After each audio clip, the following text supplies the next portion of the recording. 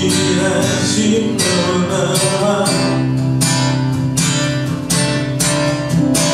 죄인의 마음 흔드네 자비의 불가로 인도하시니 그 무엇도 끊지 못해 주여 주여 내게 넘치네 나를 향해 주네 주님의 은혜 내게 넘치네 나를 향해 주네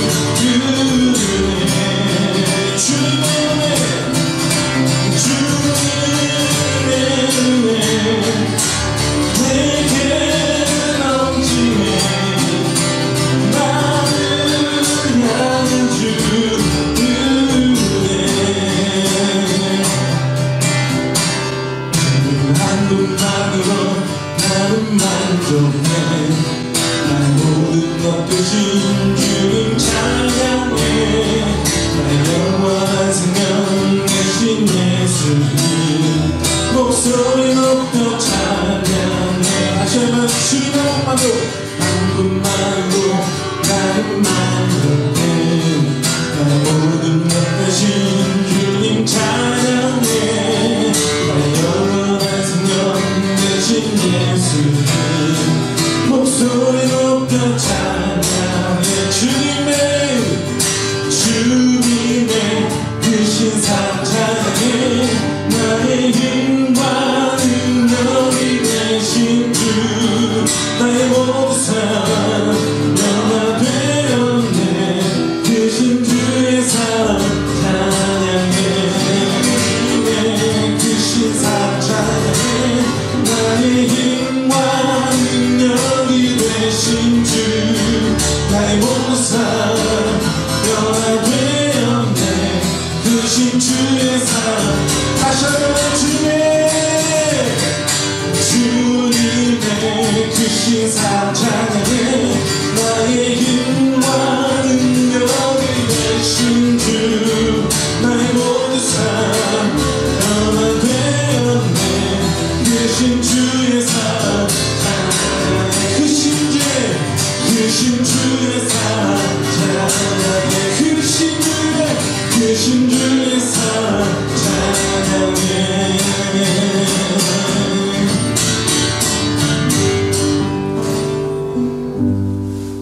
내가 주는 삶을 모든 건 내려놓고 내 주 대신 주 앞에 나가 내가 사랑했던 모든 건 내려놓고 주님만 사랑해 내가 누린 삶을 모든 건 내려놓고 내 주 대신 주 앞에 나가 주 사랑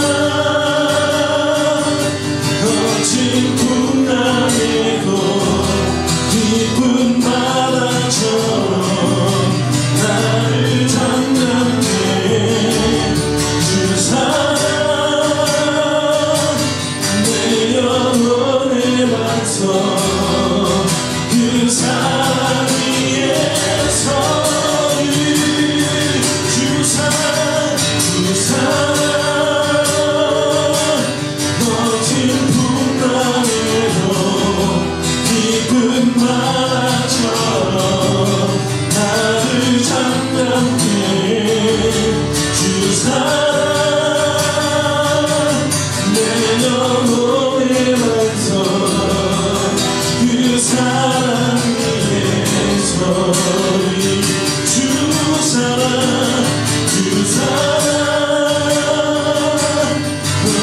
풍랑에도 깊은 바다처럼 나를 잠잠케 주 사랑 내 영혼의 완성 그 사랑 위에 서리.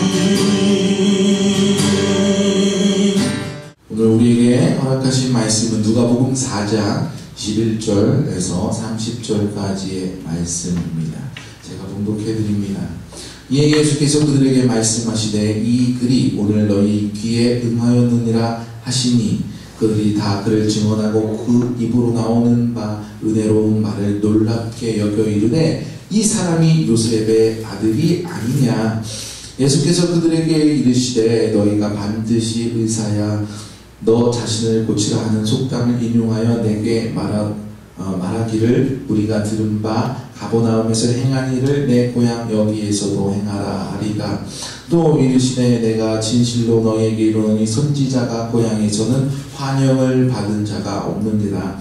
내가 참으로 너에게 이르노니 엘리야 시대에 하늘이 3년 6개월간 닫히어 온 땅에 큰 흉년이 들었을 때에 이스라엘에 많은 과부가 있었을 때 엘리야가 그 중에 한 사람에게도 보내심을 받지 않고 오직 시돈 땅에 있는 사렙다의 한 과부에게 뿐이었으며 또 선지자 엘리야 때에 이스라엘에 많은 나병 환자가 있으되 그 중에 한 사람도 깨끗함을 얻지 못하고 오직 수리아 사람 나아만 뿐이었습니다.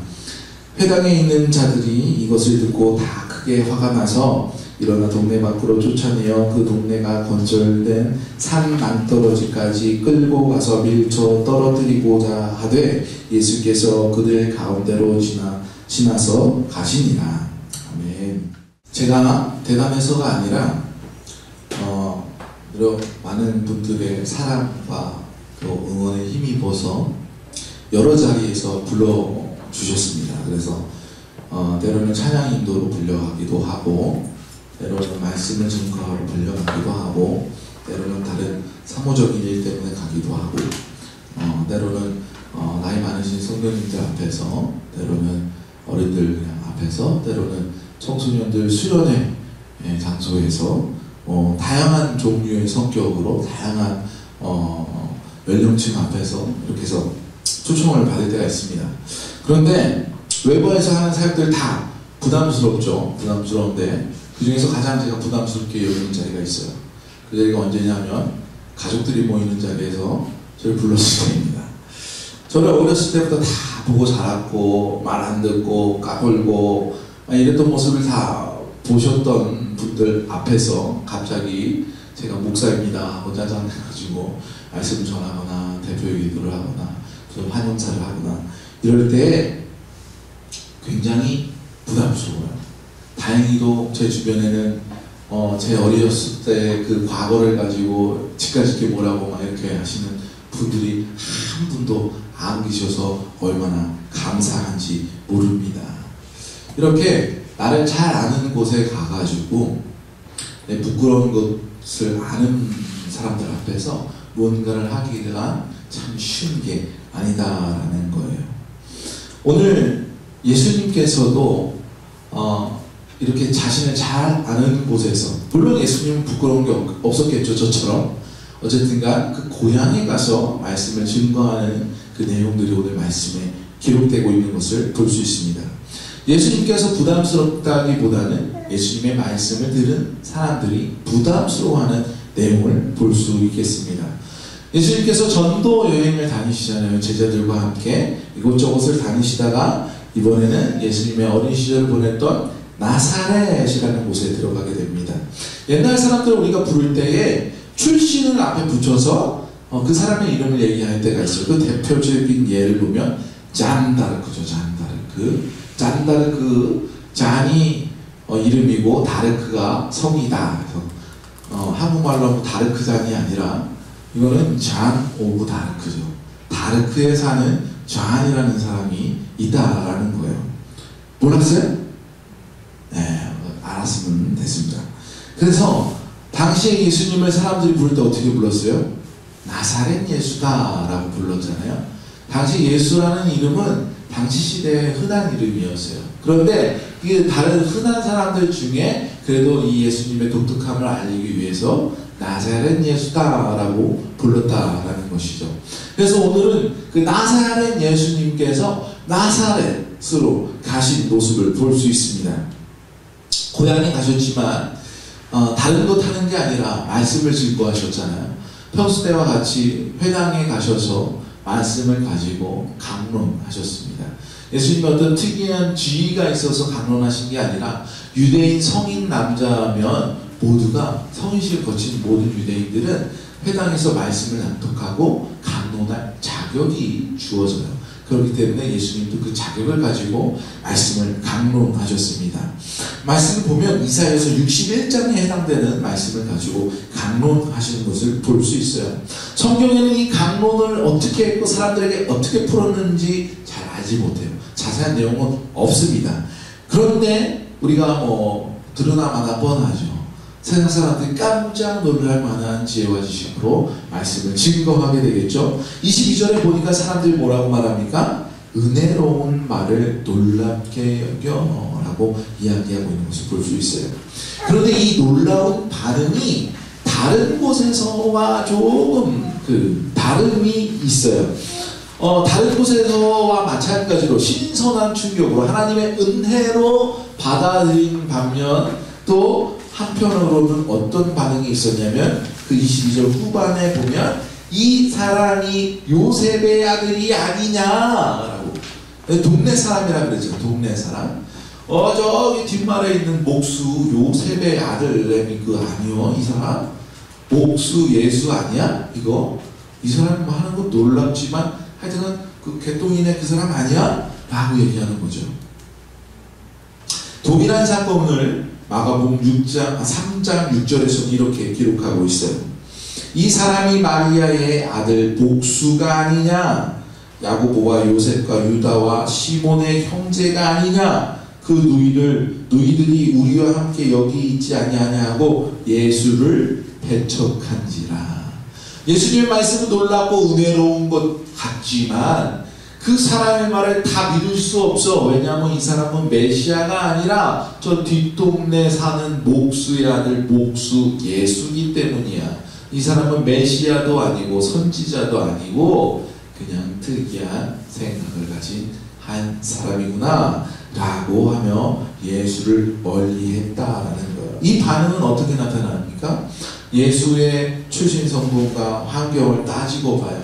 이 사람이 내가 아는 예수는 어떤 사람이야? 라는 관점을 가지고 평가하고 있다라는 거예요. 그 사람들의 관점에서는 이 사람은 메시아가 아니라 하나님의 아들이 아니라 요셉의 아들 목수 예수에 불과했던 것입니다. 이것이 바로 세상의 시각이에요. 그리스도인들에게 언제나 세상은 이렇게 바라보죠. 출신 배경과 환경, 이 사람을 만들어낼 수 있는 능력치를 보고 자신들의 그 가시적인 범위 내에서 사람들을 평가합니다. 그 이상을 바라보지 못하는 것이 바로 세상의 시각이다라는 것입니다. 설사 그 평가가 하나님의 아들이라 할지라도 그것을 벗어나지 못하는 것을 오늘 말씀에서 볼 수 있었다라는 것입니다. 예수님의 그 시절 때서부터 그리스도인들을 평가하는 것은 세상이 그 시각을 가지고 그대로 평가해요. 오늘날까지. 그 시간은 앞으로도 계속될 것입니다. 예수님이 겪어왔던 그 길을 우리가 지금도 겪을 수 있는 것은 여전히 세상은 세상의 시각대로 그리스도인들을 바라보기 때문입니다. 그런데 이런 시각이 불신자들만 그렇게 생각하는가? 그렇지 않고 우리 그리스도인들 가운데서도 여전히 각자의 사람의 생각과 시각과 자기의 관심과 그리고 자기의 견문대로 여전히 예수님을 평가하고 그리스도인들을 서로 질책하고 있는 모습들을 우리 교회에서 볼 수 있다라는 것입니다. 그 크신 하나님의 나라를 작은 우리의 눈으로 우리의 마음으로 어떻게 평가해 보려고 어떻게 생각해 보려고 하여도 그것은 역부족이다라는 것입니다. 그렇기 때문에 우리가 하나님을 생각하고 판단해서는 안 된다라고 우리는 말할 수 있는 것입니다. 하지만 세상이 그렇게 하고 있지 않아요. 그래서 여전히 그리스도인들과 세상은 부딪힐 수밖에 없는 것입니다. 우리가 세상 가운데 살아갈 때에 하나님 왜 우리 가운데 이런 어려움이 생깁니까? 예수님도 어려움을 겪었고 우리도 세상이 하나님의 마음을 알지 못하기 때문에 그 어려움을 당하는 것이 당연한 것임을 좀 아시기 바랍니다. 그렇다고 해서 우리가 이것을 슬피 여기고 괴롭게 여겨야 하는가? 우리가 그런 괴로움과 고통을 당한다는 것은 반대로 생각해보면 우리가 주님의 말씀대로 잘 살아가고 있다라는 증거가 되매 좀 기뻐하시고 감사하시기 바랍니다. 만약에 내가 세상 살아가는데 나는 아무런 어려움도 없고 세상 사람과 어울리는데 전혀 문제가 없어. 물론 좋은 일이 있지만 한번 생각해보세요. 내가 그들과 구분된 삶을 살아가고 있는가 한번 돌이켜 보았으면 좋겠습니다. 선지자는 고향에서 환영받지 못한다라는 이야기가 있습니다. 그래서 본문 24절에 예수님께서 말씀하시지요. 또 이르시되 내가 진실로 너희에게 이르노니 선지자가 고향에서는 환영받을 자가 없느니라 라고 말씀하시면서 이어서 엘리야 선지자의 이야기를 합니다.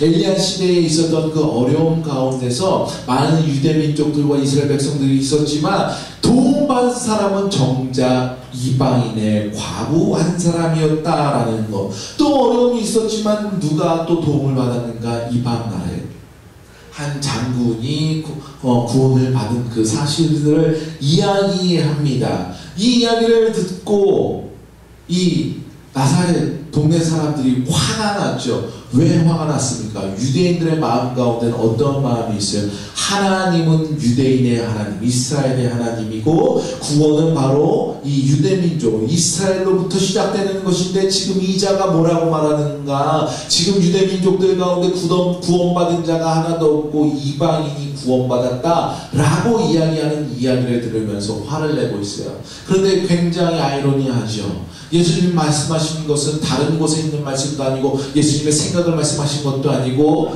구약 성경에 있는 말씀을 이야기했을 뿐인데 사람들이 그에 대해 화를 내고 있다는 것. 그 화는 어쩌면 예수님을 향한 화가 아니라 자신의 연약함으로부터 오는 화, 자신의 하나님의 말씀을 깊이 보지 못하는 화가 있음을 여러분 아시기 바랍니다. 세상 사람들이 화를 그리스도인을 향하여 나타내는 것은, 믿는 사람을 향하여 나타내는 것은 믿는 사람들이 잘못한 일이 있어서 그랬을 수도 있지만 그들이 보지 못함과 그들의 영적인 무능함으로 화가 있음을 여러분 아셔야 할 것입니다. 그래서 어떻게 합니까? 예수님을 산 낭떠러지까지 끌고 가서 밀저 떨어뜨리고자 하되 라고 그들이 계획을 세워요. 이 이야기가 무엇인가? 그냥 낭떠러지를 예수님의 손을 빵 밀어가지고 죽이려고 하는 것인가? 그렇지 않아요. 이스라엘 민족들은 철저히 율법에 의해서 살아가는 사람인데 율법 가운데 성경을 모독하고 하나님을 모독하는 사람을 처형하는 방법이 있습니다. 그것이 무엇이게요? 투석교, 돌을 집어 던져서 죽이는 거죠. 물론 돌에 맞아서 아파서 죽겠지만 사람들이 모여서 둘러서 돌을 던지는데 큰 돌들을 던집니다. 그럼 나중에 아파서 죽는 게 아니라 그 돌에 압사되어 죽고 그 돌이 곧 그 사람의 무덤이 되게 하는 거죠. 그런데 인도적 차원에서 사람들이 한 가지 하는 것이 있어요. 무엇이냐면 그 사람들의 사람의 키에 두세 배 높은 곳으로 데려가서 그를 아래로 떨어뜨려요. 떨어지면 어떻게 됩니까? 그곳에서 아야 하고 일어날 수도 있지만 기절하지 않겠어요. 기절한 상태에서 그를 돌로 쳐서 압사시켜 죽이는 것이 이 사람들의 전통이 있었어요. 오늘 이 말씀을 보건대 사람들이 낭떠러지로 데리고 갔다라는 것은 높은 낭떠러지가 아니라 예수님을 땅바닥에 기절시켜서 압사시키려고 율법으로 예수님을 정죄 정죄하려고 데려갔다라고 해석할 수 있을 것입니다. 예수님이 누구십니까? 율법의 완성으로 오신 분입니다. 사람들의 시각으로는 자기가 율법적이고 자기가 하나님과 가까운 사람이지만 정작 하나님의 아들을 보지 못하고 그 율법으로 가지고 예수님을 정죄하려 하고 있는 이 어리석은 모습들을 볼 수 있었다라는 것입니다. 예수님께서 그 마음을 아시고 그들의 생각을 아시고 마을을 빠져나오시며 오늘 말씀이 마무리되죠. 나사렛 사람들의 마음을 보십시오. 예수님의 말씀을 듣고 은혜를 입었어요. 은혜로 받습니다. 깨달음이 있었어요. 그런데 그곳에서 자신의 삶을 돌이키는 것이 아니라 오히려 예수님을 평가하고 죽이려 했다라는 것을 볼 수 있습니다. 세상 사람들보다 어쩌면 더 무서운 것이 우리 그리스도인들 가운데 다툼이 아닌가 생각해요. 예수님에 대해서는 많이 한다라고 생각하고 내가 신앙생활을 잘 한다 생각하는 사람들이 예수님을 더 환영하지 못할 때가 있습니다. 예수님께서 그 마음에 말씀하실 때 그것을 거절하고 자신의 생각으로 자신의 판단으로 나는 괜찮은 그리스도인이야 라고 말하면서 그 허울로 세상을 비판하고 또 형제와 자매에게 상처를 입히지 않았나 라고 우리는 생각해 봐야 할 것입니다. 주님께서 우리에게 말씀을 주셨을 때 은혜구나 라고 느꼈다면 그 은혜로 내 삶이 변화되는 삶을 살아가야 될 줄로 믿습니다. 그 은혜의 말씀을 가지고 나에게 정복하는 것이 아니라 자꾸 옆 사람에게 정복하고 제가 고쳐야 돼, 제가 잘못했어 라고 해서는 이 나사렛 사람들과 다름이 없어요. 내가 그 말씀을 나의 은혜로 받지 못한다면 내가 오늘도 예수님을 이끌고 낭떠러지 가운데 밀려고 하는 자와 다름이 없다라는 것입니다. 여러분 주님을 알기 원하십니까? 그렇다면 마음 깊이 환영하시기 바랍니다. 주님께서 힘찬 교회에 오셔서 보시고 이곳에서 나는 환영받지 못하구나 라고 하고 돌아갈 것이 아니라 주님께서 보시고 잘하였다 칭찬하고 이 가운데 신령과 진정으로 예배하는 자가 여기 있구나 칭찬받는 그런 성도, 그러한 힘찬 교회의 모든 우리 주님의 자녀 되기를 주님의 이름으로 간절히 축원합니다. 기도하시겠습니다.